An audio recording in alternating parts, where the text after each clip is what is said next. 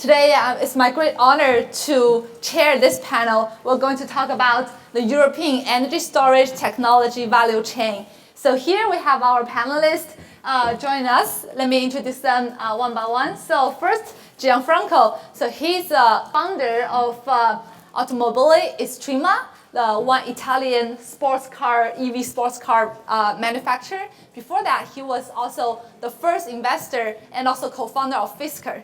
Everyone knows the very earliest EV company in the US. And then we have Diana. So Diana is right now the Chief Strategy Officer at Our Next Energy. Our Next Energy, we are right now one of the rising stars in US doing battery manufacturing for both EV and also ESS applications. And then we also have Henry. Henry is the executive chief editor at Benchmark Mineral Intelligence. He's also the author of this book, Bull Rush, very popular book in the industry. Just got a signature from him. So, yeah. Thank you. You waited until I told you that I want to do it. Yeah, Gianfranco is on the line. You skipped the line. Yeah, so really great to have all our panelists here. We'll find out that today we're going to talk about the energy storage technology value chain, and then we already have Gianfranco working on the EV, and then Diana working on battery, and then back to all the upstream. We have expertise working on the minerals and also all the critical metals for the energy transformation. So probably we'll start from how about each of our guests say hi to our audience, and then probably give one sentence of introduction of your business, your company, and also what inspired you to join this journey. Gianfranco? So I actually started doing agriculture machinery and tractors about 40 years ago. And that was pretty boring actually. And then I got the chance 20 years later to sell my business. And with the money I started together with Henry Fisker and Barney Köhler, Fisker Automotive back in 2007, where everyone said that we are totally crazy in doing what we did. And actually we were. But despite all the troubles, and probably you know something about it, we were really on the verge in America together with Tesla. We were the new kids on the block, not coming directly from the automotive three big ones. And we managed to do 2,500 cars. The Fisker Karma, which is still today a very beautiful car. And then after, unfortunately, we went Chapter 11 because we had a number of troubles, also including the battery troubles. And we sold the business to a Chinese conglomerate. Wanxiang, right? To Wanxiang, exactly. And since then, I couldn't stay away from doing cars. And it's, and I simply love beautiful cars. That's the reason why we designed this hypercar. It is a hypercar, handmade, but that's just the tip of the iceberg. In reality, there is much more, which is underneath. But because this was the sexy part of the business, we decided to start with the sexy part. And then comes the big business, which is then we will talk later. Yeah, there's even more sexy vision than I just heard. Exactly. You heard it before. Yeah. Yeah, we'll share more later. Yeah. Okay, Diana. Thank you so much for having me. I'm Diana Ahmed. I'm the Chief Strategy Officer of Our Next Energy. Our Next Energy, R1, is the largest independent American battery manufacturer in the US today. We are manufacturing batteries for the commercial EV market segment, utility scale energy storage, as well as consumer EVs. The company was really founded on three core value propositions. So the first is that we believed in order to move the market forward, we needed to double the range of EVs.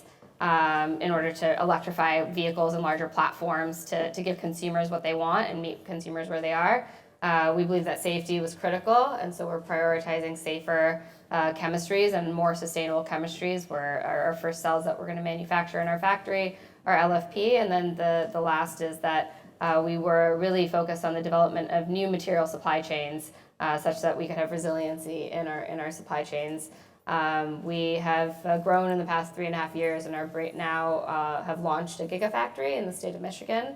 The thing that I'm really excited about right now is that I feel like we are in a manufacturing renaissance. Being in the United States in particular, there is a lot of capital that is being deployed that is going to help scale this industry. I think we're revaluing what it means to manufacture things in locale, and that there's a lot of opportunity that this energy transition offers the real scale up of the rescale up of manufacturing in a more global footprint. Yeah, fantastic. So our Next Energy has been innovating not only on the LFP, but also your range extender on the anode-free battery technologies, and now you also integrate the LFP solution to the energy storage. Yes. So we'll discuss that later as well, from EV to energy storage.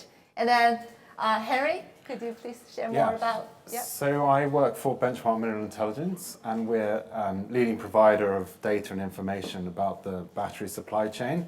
So that's all the way from tracking or producing lithium prices and prices for nickel and cobalt, tracking every gigafactory in the world, and then tracking battery cell prices, cathode and anode, and we've launched rare earths recently, and we're moving into new areas going forward.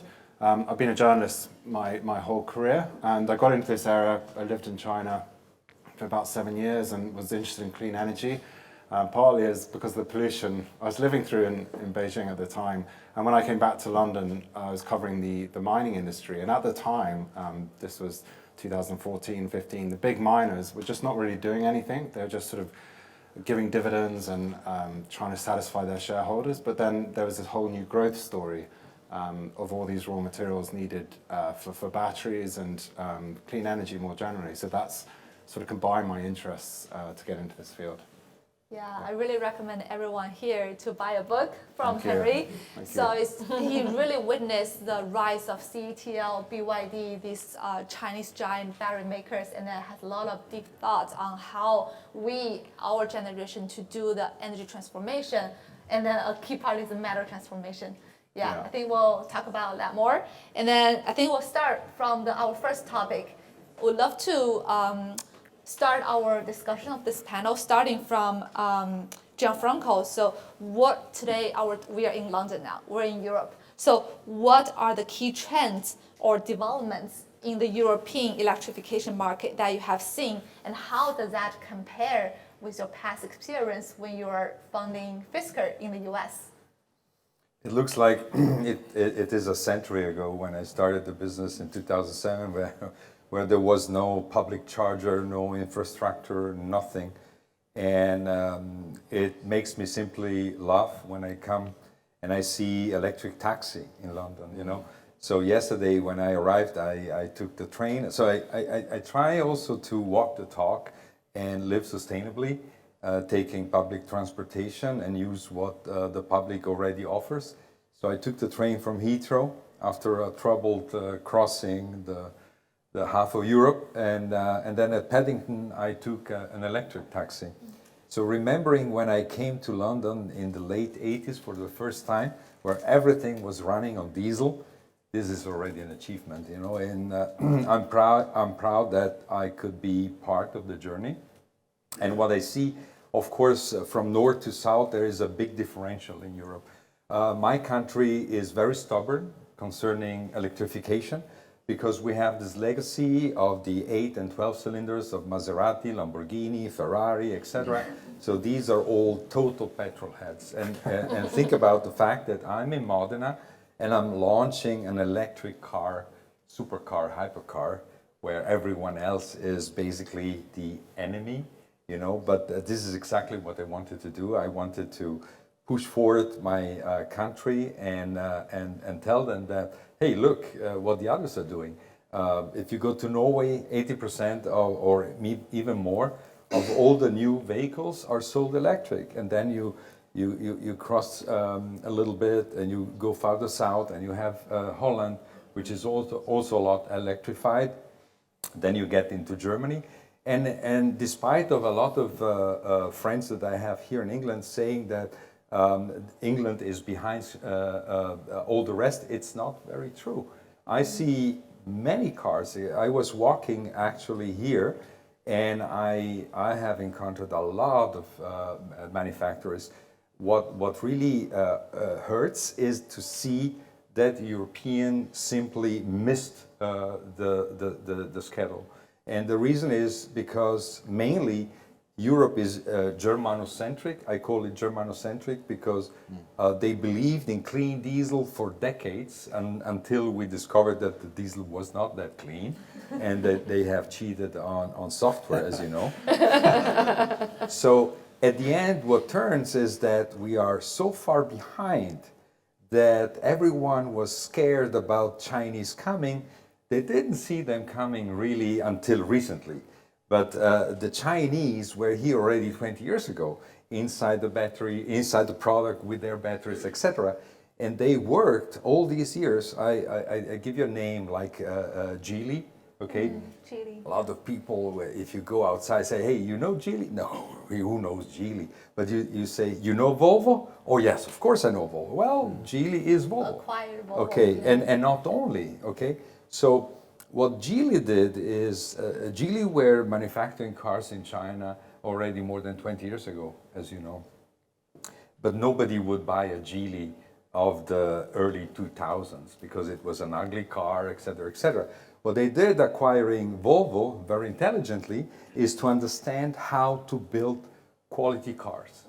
Okay, so now Geely not only owns Volvo, but also owns Lotus, for instance, which is originally an English brand. So they have acquired the technology first regarding what they call in China new energy. Okay, so how to make a car move with a battery pack. And then they learned how to produce quality cars. Now you enter into a Chinese car and you see that the quality is at level like Audi, Mercedes, and BMW, like the German ones. So what I see is that either the European concentrate on getting their own, strategy, but if they only look on like the Germans, I don't know who knows German here in the audience, but they were focused for decades on the Spaltmaß. Who knows what who knows what the Spaltmaß is? Okay, because you're German, right? So they were focused on getting the gap between the door and the hinge 2 millimeters. All right. So 99% of the population don't care about if the gap is 2 or 3 millimeters. But the Germans do, because they're very precise, even though they lost all the last wars, right? So what I'm saying is they were totally, German and European in general, totally losing the focus. While Tesla was doing a car, which is a technology on wheels, and Chinese were producing batteries. We were here waiting for the blue tech and the diesel and the clean diesel to happen.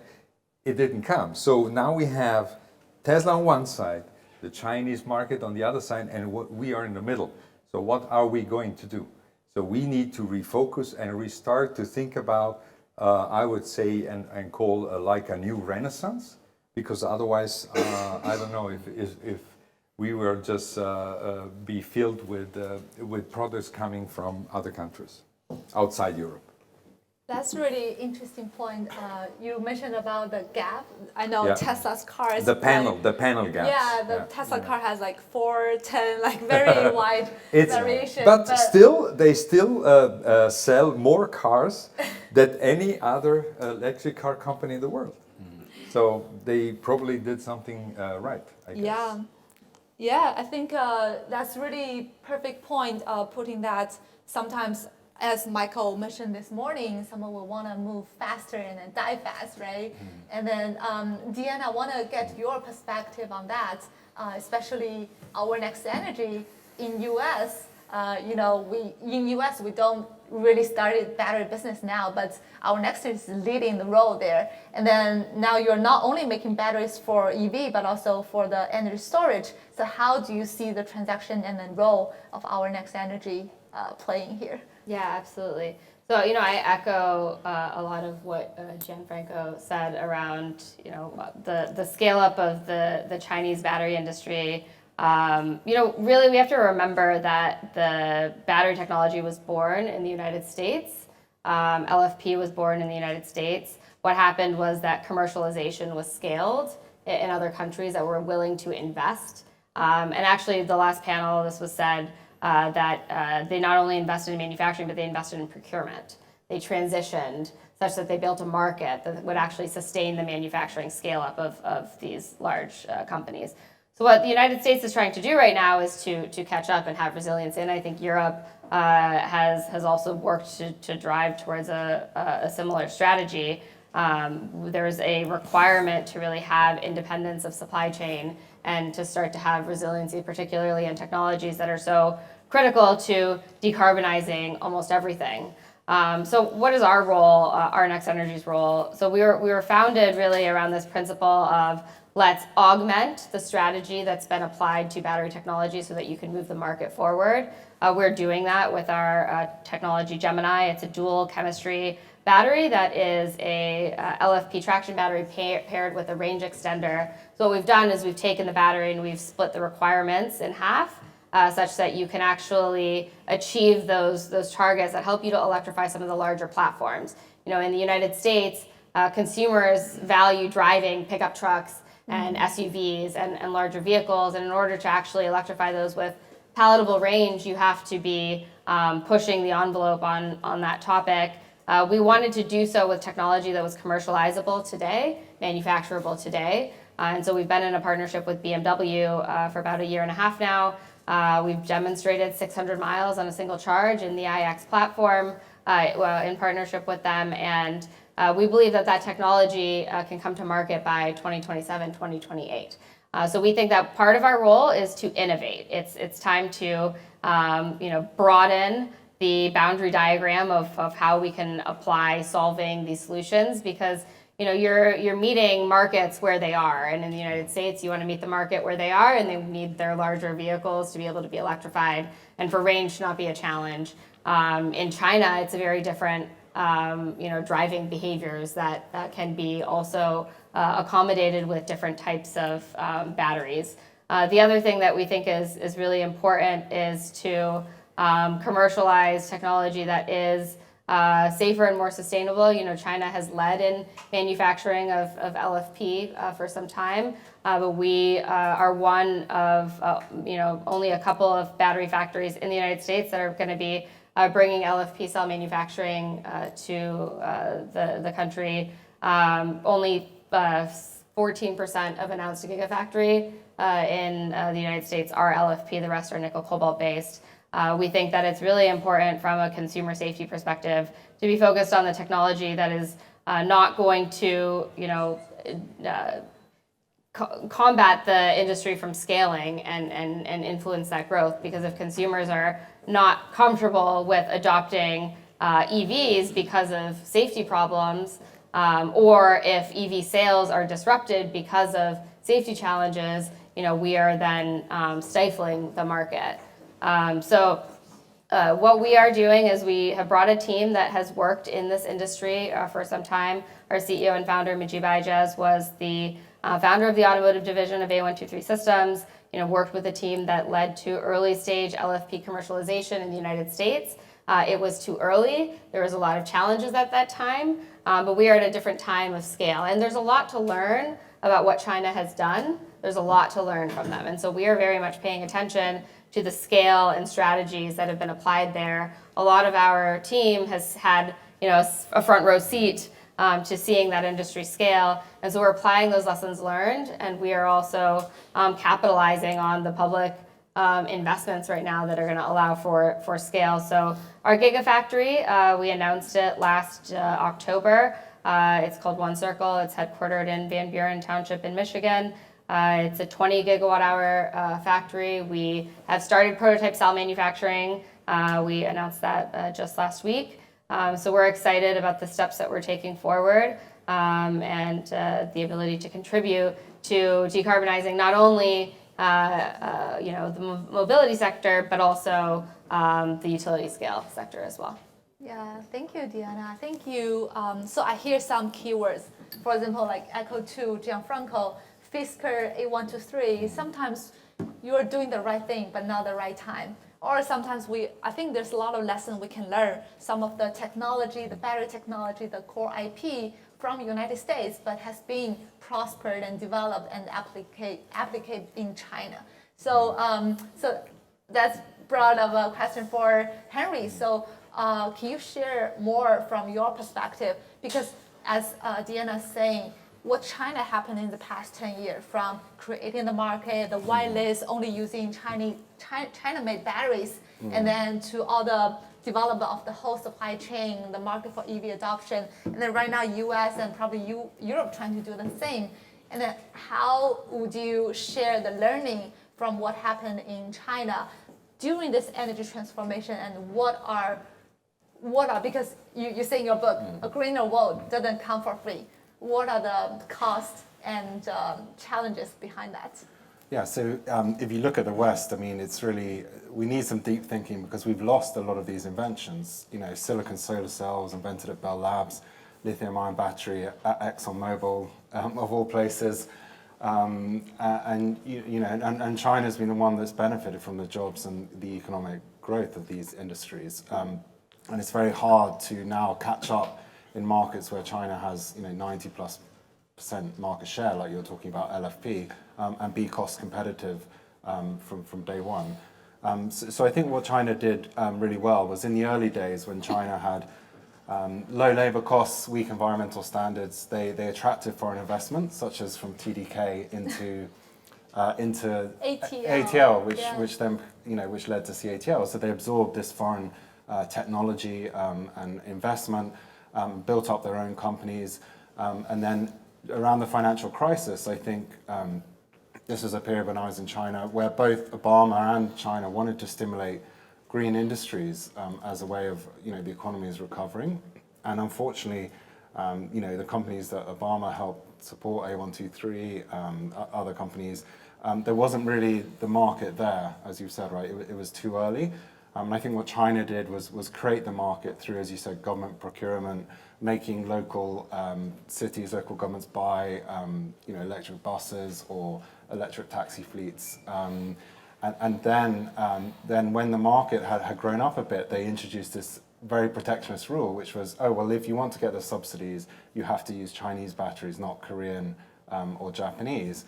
And the Korean and Japanese companies were like, well, we've just invested in plants in your country, and they're effectively out of the market. And this led to the rise of CATL. Both CATL and BYD follow a similar path. They both started off with batteries for mobile phones, low labor costs, low environmental standards, and now they've moved up the value chain to EVs. And this, I think, is where Xi Jinping wants to go, right, is the high value add manufacturing, clean energy dominance. I think what the West can learn is that we do need to support these industries, and if we just rely on the globalized free market, China is may end up dominating as it has, right? And if you look at the solar industry, Germany was completely wiped out. You have this solar valley in Germany that was decimated, right, by Chinese production. So it has been very painful for the West. So I think we need to learn to subsidize and support these industries. On the other hand, I don't think we can compete with China for everything by tomorrow. So, we need to be strategic and work out what we do need to subsidize to compete with China. And the problem is in our systems is if you throw a lot of subsidies and there's failures such as there were under Obama, the pushback, the blowback can be quite severe. So I think personally we should, invite Chinese companies to come invest, try to learn the technology and skills, like a reverse technology transfer. China did the same thing.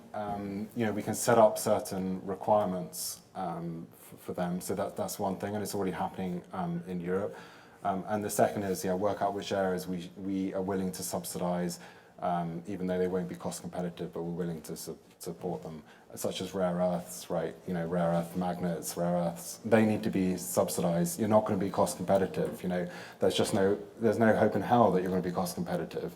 Baotou in China, they have a whole city and they have R&D and universities. You're not going to be cost competitive, but we need to support certain segments of the supply chain, even though they're going to make losses, I think. Yeah. Yeah, thank you for sharing that. I actually do want to double click on what we have discussed here. So I hear there are competitions, there are also collaborations, there are resources that we can leverage now, and also there are like different policies incentivized like IRA in US, and also there is a new European battery regulatories. So how's our panelists see how we balance the speed? For example, Gianfranco, I hear you this morning talking about the new EV plant that you want to take over, and then probably you can collaborate with some existing manufacturer to move faster. And then while our next energy, you can build from like in the US, a totally blue ocean market to build our own manufacturing. How we balance this kind of, you want to get on speed to work with CATL, and also like Henry said, probably the technology market exchange, like CATL can license technology to Ford to invest and build a factory in the US. How you see to balance this kind of speed and also competition and collaboration? I would say less government, less bureaucracy first, because we are, especially in Europe, it's a nightmare. I mean, we are trying to straight cucumbers because they don't fit in the shelves in the supermarket, right? And so someone in Brussels sits there and says how in southern Europe we should produce agricultural products. I don't want to see this in our industry as well, because this would be a completely standstill. Because you have to have so many resources inside a company that concentrate on how are we going to follow all these rules, and we see it already today. So sometimes I think about Brexit, and I feel sorry because it's not that easy anymore. For instance, just coming here, you need the passport now. Last time I was in the UK, I just entered and that's it. And now. But on the other hand, I also understand the point of view of the British government with this tons of rules that are coming, which a lot is nonsense. So also regarding what I heard before from the other panelists, I think that the solution is being competitive and collaborative between companies rather than between governments. Mm-hmm. Because I don't care if I have the best cell. I don't care if it's made in China or US or in England. I want to have the best cell. In Italy, now talking about my country, we are so far behind that there is no need to put up a gigafactory in Italy. Why should we spend billions and billions for a gigafactory if, for instance, we were talking before, in Hungary we have already CATL having a gigafactory. So I'm going to concentrate on making efficient battery packs using the best cell for the product I'm needing. If I'm doing a car or if I'm doing an excavator, you know very well, I will need another chemistry, right? Because an excavator standing still needs a lot of power just to dig, but it's not making, you don't need to make it very efficient from the aerodynamic point of view, but if you do a car, it has to be very efficient from the... So each time you have to adapt, and I think that we need less government, less bureaucracy, and let more freedom of collaboration between companies. Exactly, and not looking if it's a Chinese, American, European, Italian, I don't care. Yeah. So as a company, I need to be efficient, and I need to, of course, bring my company to have a profit. Otherwise, we're all going to not be competitive.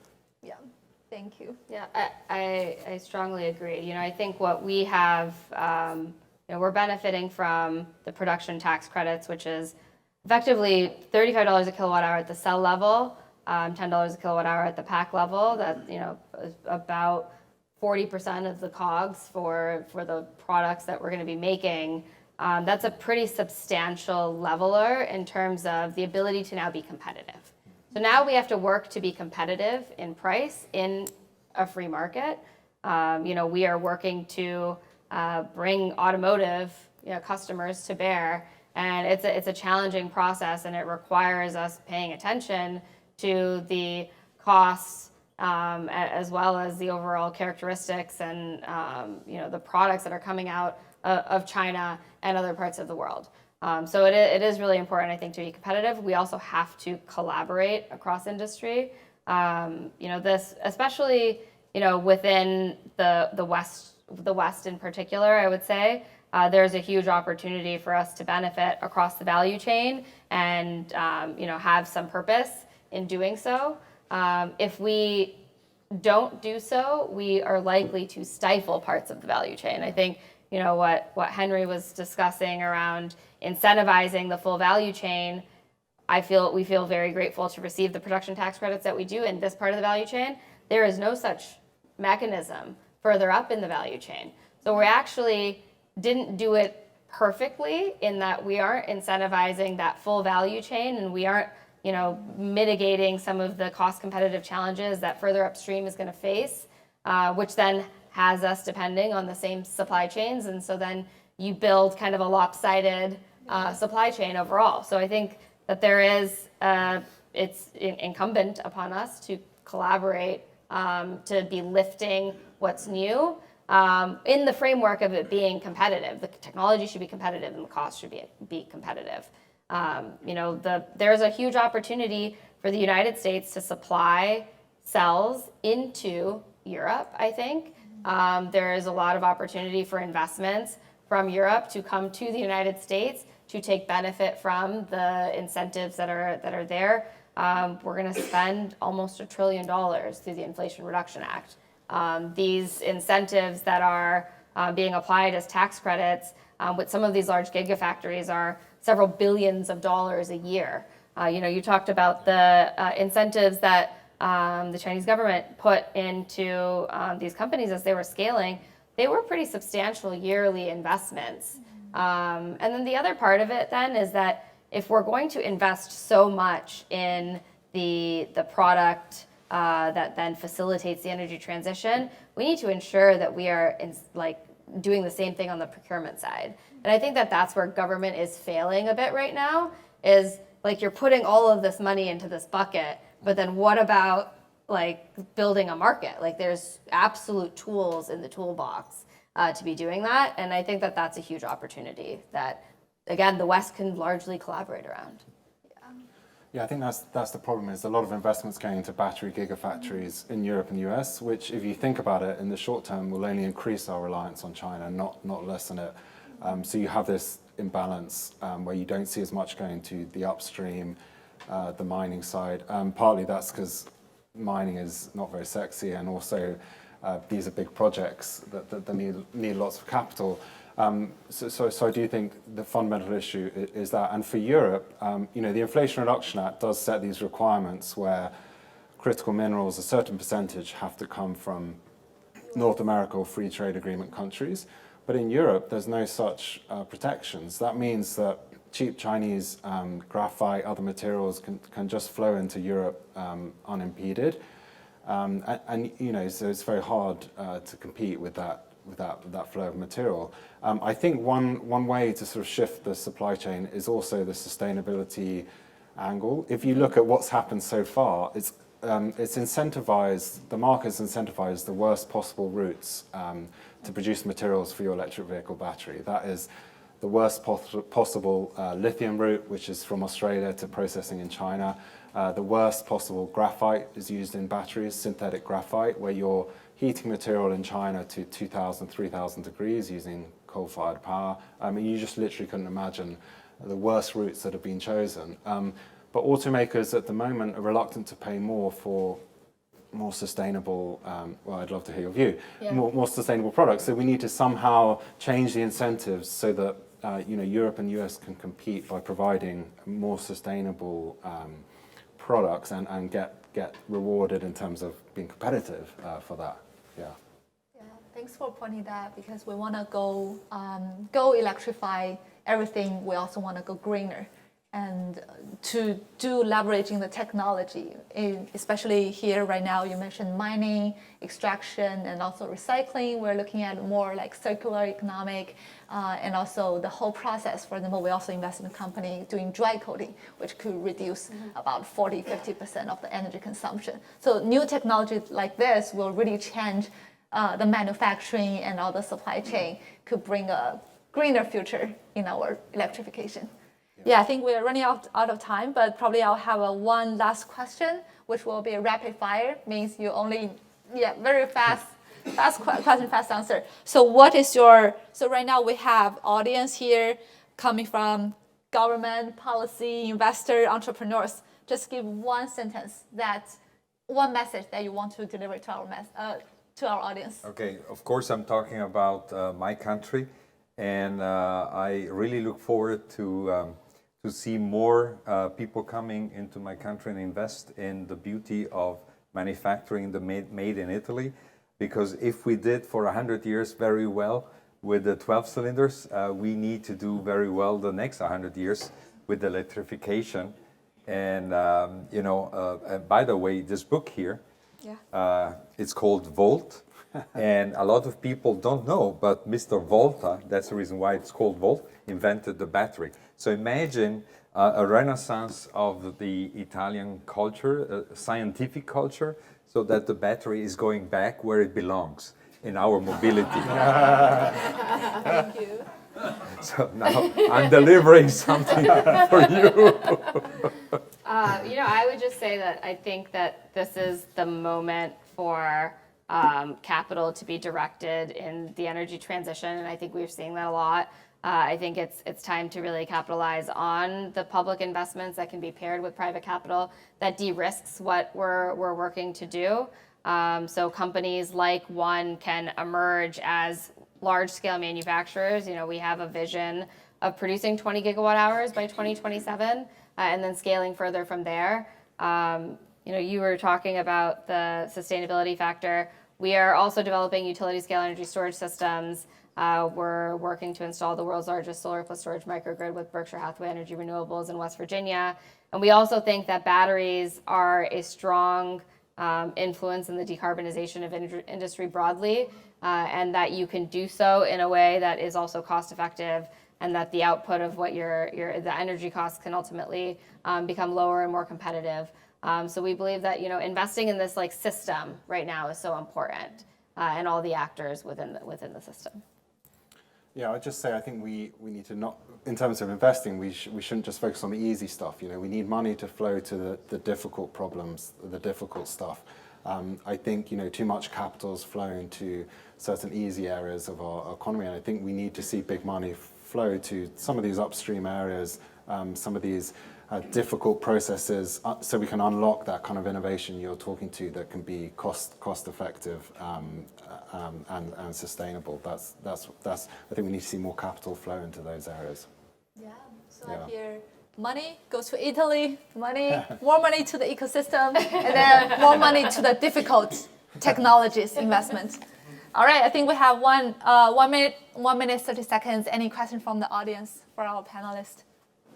Okay, at the back. My question is, are we doing the same mistake like clean oil thing, putting too much money behind the incentive strategy rather than business strategy in batteries? Yeah, I don't think that we are putting too much emphasis on the incentive strategy, and I'd say it's because you have to look at the mechanism of the incentives that are being deployed. The largest spending, I know I'm speaking with a very U.S. focus, but the largest spending in the bills that have been passed are based on production capacity and deployments versus blank checks to scale at the earliest stage and money that can go die in the valley of death. It's really, I think that the largest amount of money is being deployed around produced capacity and deployed capacity of technologies that are enabling this transition. I mean, I do think there is a risk, and we see it a bit where companies in Europe say, well, if you don't give me all this money, I'm going to go to the US. Or we see companies trying to play governments and regional governments off each other, and we see this courting process. I think France did a similar thing, and everyone's trying to give the most subsidies possible. I do think that is a risk, that we end this subsidy race is being unleashed, and what does it do to the market? It distorts the market, and where does it end, right? I think that's a concern. I totally agree, and we should also help more the consumers to buy, because you do the batteries, but then you put the battery somewhere. our mobility, storage. You can electrify 95% of everything we have actually today. So we need to incentivize also the consumers. And just take the example from Norway. For instance, they have massively reduced the VAT for cars if you buy an electric car, or do it like China. I don't know who knows the rule in China. If you want to buy a car, you need to win the lottery. Yeah. But if you buy an electric car, you don't need to win the lottery. So I'm saying every country is different, and so we have to apply rules. In Italy, for instance, is probably you give free pizza and then you and then you get more sales. Whatever it is, we have to know and we know our countries, so we have to rule upon and incentivize not only the gigafactories but also the end product, because we all use hardware. What I often hear is I don't invest in hardware. Well, but you use hardware every day. So not only technology, not only the batteries, not only the gigafactory, but also end products. Voila. Thank you very much. And this was French. Yeah. Oh, okay. I thought it was Italian. So it's a really insightful session. I really don't want to just wrap this up. It's because I really want to continue forever. But our audience, feel free to grab our panelists after the session. We have our happy hour after the startup pitch. And also we have a multiple sessions tomorrow. And then thank you again. Please let's give a warm applause for our panelists. And thank you for sharing.